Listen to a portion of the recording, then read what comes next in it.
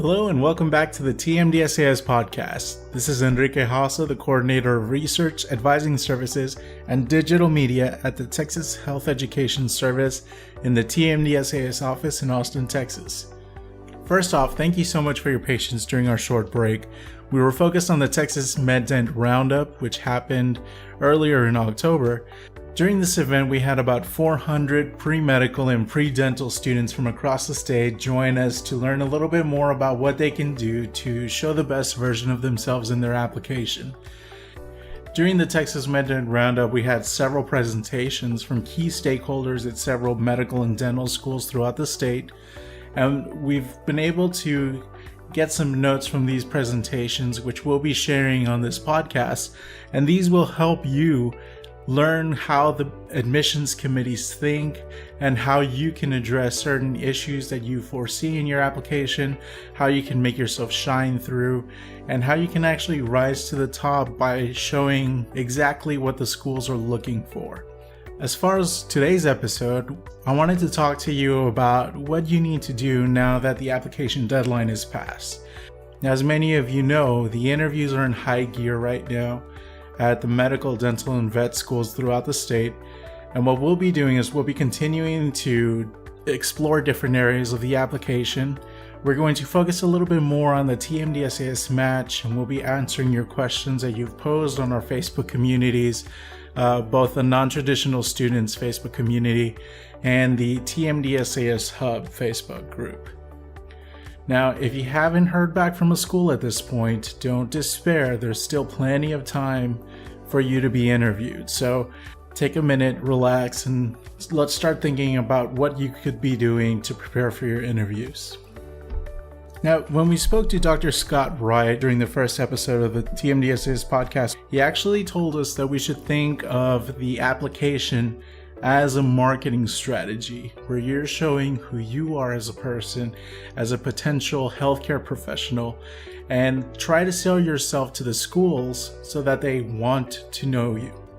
So I've taken this bit of advice and kind of laid out a couple of different pathways for you to start thinking about how you can present yourself in that light. At this point in the application cycle, there aren't many changes you can make to your application, but there are several things that you can do to prepare yourself at this point so that when you go into an interview setting, you already anticipate what the schools are looking for and you know how to present yourself in the best possible way. So going from your quote-unquote, your paper application to the actual in-person interview, think about what kind of value you bring to the school as an individual. Now, the schools obviously have quite a bit of choice in selecting who they'll be accepting to be matriculating to their institution. So your role in all of this is to make sure that you know what you're bringing to the table and you know what you offer, not just that school, but the profession as a whole. So we got 3 different areas that I want you to focus on. The first is to research the schools. The second is to study the profession. And the third is to really practice your interviews. So the first area I want you to focus on is to follow and research the schools. Now, if you go online and go to any medical, dental, or veterinary school in Texas or in the country, you'll find that they actually proudly display their history and how that goes into the context of who they are as an institution, what kind of missions and values they hold, and how that makes that institution unique. Now, think about the history and the establishment of some schools. Just because they're one of the schools that went into this in a little bit more detail, I'll go ahead and pick on the Dell Medical School. When we spoke to Mr. Joel DeBow in the earlier episode of the podcast, he was telling us about how the Dell Medical School was actually a community effort, and it was meant to help address disparities in access to healthcare in the Austin area. And because of that, the curriculum really builds in a lot of opportunities for its students to provide service and give back to the community, and even offers some research components within the curriculum which encourages students at that institution to go out into the community and actually connect with individuals through the scope of healthcare. Now, when you're applying to this school, that should actually be something that gives you a huge clue into what kind of students the Dell Medical School is looking into. And that was the overall mission that we had when we were starting this podcast, is to give you a little glimpse into what these schools are like, what their missions are like, what the curriculum is built on, so that you as the applicant have the opportunity to go to that school with a little bit more knowledge as to what their motivations are in looking for an applicant. Now, to pick on a different school, the Texas Tech Health Sciences Center Paulo Foster School of Medicine in El Paso actually has a vision statement on their website that states, "The Texas Tech University Health Sciences Center El Paso Paulo Foster School of Medicine will promote wellness and relieve human suffering through excellence in healthcare, intellectual innovation, and service beyond borders." Now, by comparison, the Texas A&M College of Medicine lays out a vision that says, "Our vision is to develop the innovators and leaders in medicine and biomedical research who will transform American medicine in the 21st century." And they also go out to lay out different values. The Texas A&M Health Science Center has the values of excellence, integrity, leadership, loyalty, respect, and selfless service. So just by looking at these two schools' websites and reading through their values and the different mission statements that they have on their website, we actually gain really great insight into what these admissions committees are looking for to support this vision, these mission statements, these value statements. And so what you in turn want to do as an applicant is to go out of your way to show how you reflect that mission, how you reflect that vision statement or those values, and really think through your application and what you've already provided these schools and how that supports who you are in relationship to that vision, that mission statement, those values. Think about what you've put into your application and all your different activities, all the service that you've done, that you've put into your application, all of the letters, the people that you've asked to write letters on your behalf. Think about how all of these paint a picture of who you are, and make those connections very clear when you're in an interview setting, that you provide the support to back up that mission, to back up that mission statement at that school. And now it might seem trivial to you, but really drawing that line between who you are as a person and the overall mission statement may make the difference in whether or not you get into that school. So really do your research, go to these websites.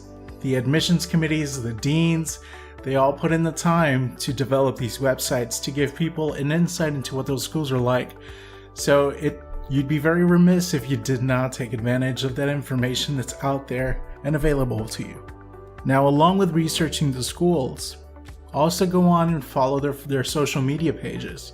A lot of these schools have full teams of social media experts ready to show what life is like at that institution, the different activities that go on, the different events. But in addition to all that great insight to that school, you really get a peek into the different awards or rankings that the schools have earned, and what those statistics look like for those schools. Like, for example, if an admissions committee and a school is very proud of their success rate on the USMLE exams, they'll definitely post that on Facebook, and they'll post that on their social media pages.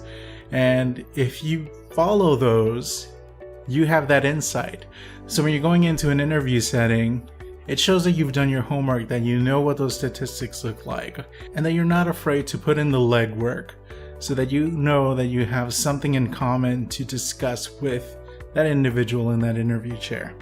So just a quick recap: research the schools, look at their history and their establishment. What was the reason why the school was established? Look up their visions, their mission statements, their values, anything they'll give you that gives you insight into what that school's goals are, and think about how you align with those goals. Go through your application and make those connections very clear. And then in turn, make sure you go on social media and follow these schools so that you're up to date with everything that's going on at these schools. Next point that we want you to go into is for you to study the profession. Now, unfortunately, a lot of aspects of healthcare have become politicized in our country, and we really don't want to touch too much on that, but we want to focus on how aware you are of the changes, how they might affect you as a future healthcare professional, and that you really understand what's at stake for the overall population. Now, take a look at what things might actually change in healthcare. Obviously access to healthcare is going to continue to be an issue for a lot of people. How can you prepare yourself for a question like that? And also think about what won't change. There are a lot of aspects of healthcare that probably won't be going anywhere. We'll probably still continue to go to a hospital for an emergency, as an example.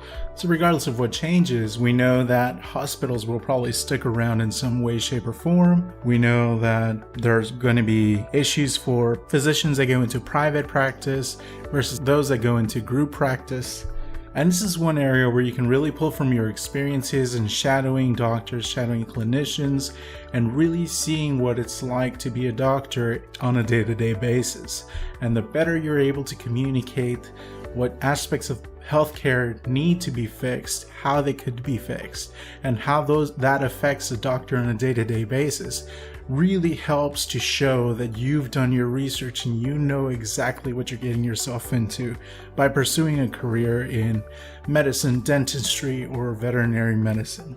Another area that you might want to explore a little bit more is being a little bit more proficient in the different pathways you could take in medicine. We'll actually be addressing this in further detail, where we'll be interviewing people that are in different areas of medicine. For example, somebody an MD, but they're actually in the public health sector. Lastly, if you know anybody that's gone to an interview, they're probably going to tell you a couple of horror stories about some gotcha moments that they went through in their interviews. And a lot of times these have to do with medical ethics. And so these are going to be myriad issues in medicine. And a lot of times, depending on who's interviewing you, you might be prompted to lean a little bit more into the discomfort and address a question from the perspective of a doctor, and really removing your own biases and exploring what the ethical decision is and how you would address it in a healthcare setting. And so, to recap this area, we want you to study the profession. Make sure that you are aware of the changes that may be coming to healthcare. Learn about what's at stake. Learn a little bit more about what won't change. Really think about the future of healthcare and how changing technologies might affect what your day-to-day looks like as a doctor or dentist or a veterinarian. And look up some ethical dilemmas and how they're addressed. Really explore and dig into your discomfort to kind of explore what kind of questions might come up in an interview setting. It might be a hot button issue at the moment, or it might be a question you've already anticipated, but it's really good to be prepared for kind of that gotcha moment during your interview. The last point I want to discuss in planning your marketing strategy is to really practice your interviews. The interviews are really meant to test and gauge your ability to communicate and interact with people. Now, you may have heard how different people interview in different settings. Sometimes you might get somebody who comes up and asks you to tell them a little bit about yourself. Other times you'll get somebody who has 20 questions laid out for you, ready to be asked. Other times you might just have a wonderful conversation about the Astros. And really what's being tested here is not your aptitude necessarily as a future healthcare professional, but in your ability to communicate with other people and to interact, and what kind of cues you give to another person in a one-on-one setting. You'll recognize that a lot of these will actually translate to your practice later on. Now, one of the things you really want to focus on is your reaction when you get caught off guard with a question. A lot of times we answer with a little bit of a nervous tick or saying a lot. I know I'm definitely guilty of that. Sometimes people laugh, or sometimes they cry. People fidget around. They can't stay still. Keep control of your body language and recognize how your body is physically reacting to these scenarios. And do your best to overcome these. Now, I'm not asking you to change your entire life here, but really be aware of how you're presenting yourself to another person in a professional setting. And some other things that the interviews will be going through is your motivation for a career in healthcare. There are a lot of aspects of healthcare that require you to be very selfless. And so you may have to review some areas of your application. You may get asked questions about your application for clarification. Other questions might focus a little bit more on your maturity as a person, your growth, your trajectory to that point, and whether you're growth oriented, meaning that your decisions and your choices, as you've listed them in your application, actually come from a place where you want to grow and better yourself to become a doctor or a dentist or a veterinarian.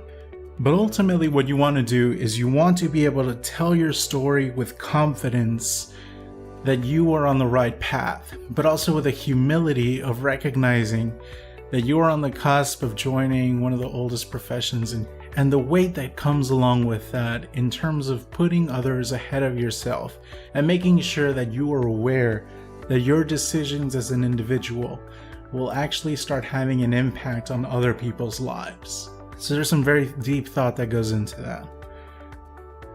Now, we'll actually be talking a little bit more in depth about the different types of interviews. We have our MMI interviews, we have our traditional interviews. We'll be talking a little bit more about those in the next episode of the podcast. But for right now, we want you to practice your interviews. Find a friend, find a confidant, find an advisor who can give you a mock interview and really give you objective feedback on your own reactions, on your responses, on how you can improve, because ultimately we want you to be able to present the best version of you possible. And the only way you can do that is by practicing a little bit more. Going through planning your marketing strategy once again, follow and research the schools, go on social media, click the like button on all of the schools that you've applied to, and make sure you're keeping up with everything that's going on at these institutions and how you can envision yourself at these schools. Secondly, we want you to study the profession so that you really are able to communicate how you foresee yourself as a future healthcare provider, but that you're also keenly aware of the changes that are coming. And thirdly, we want you to practice for your interviews. Find somebody, find an advisor, find a friend, find a mentor that can really give you objective feedback so that you can present yourself in the best possible way during your interviews. Hopefully you found these points to be helpful and give you some food for thought for your coming interviews. If you'd like to continue the conversation, we are in 2 online communities on Facebook. The TMDSAS Hub is available for any applicant to medical, dental, or veterinary school in Texas. You can join that at facebook.com/groups/TMDSAS Hub HUB. We've got a group specifically for our non-traditional applicants. That's at facebook.com/groups/TMDSAS non-traditional, no spaces. I'd be happy to help contribute or answer any questions that you have regarding the admissions process or any other aspect of the TMDSAS application on there. And we have plenty of people who be happy to jump up and provide their own insights as well. On behalf of the TMDSAS office and everyone involved in the process, I would like to again extend all the best of luck to you during this application cycle. Thank you so much for listening to the podcast. We'll talk to you later.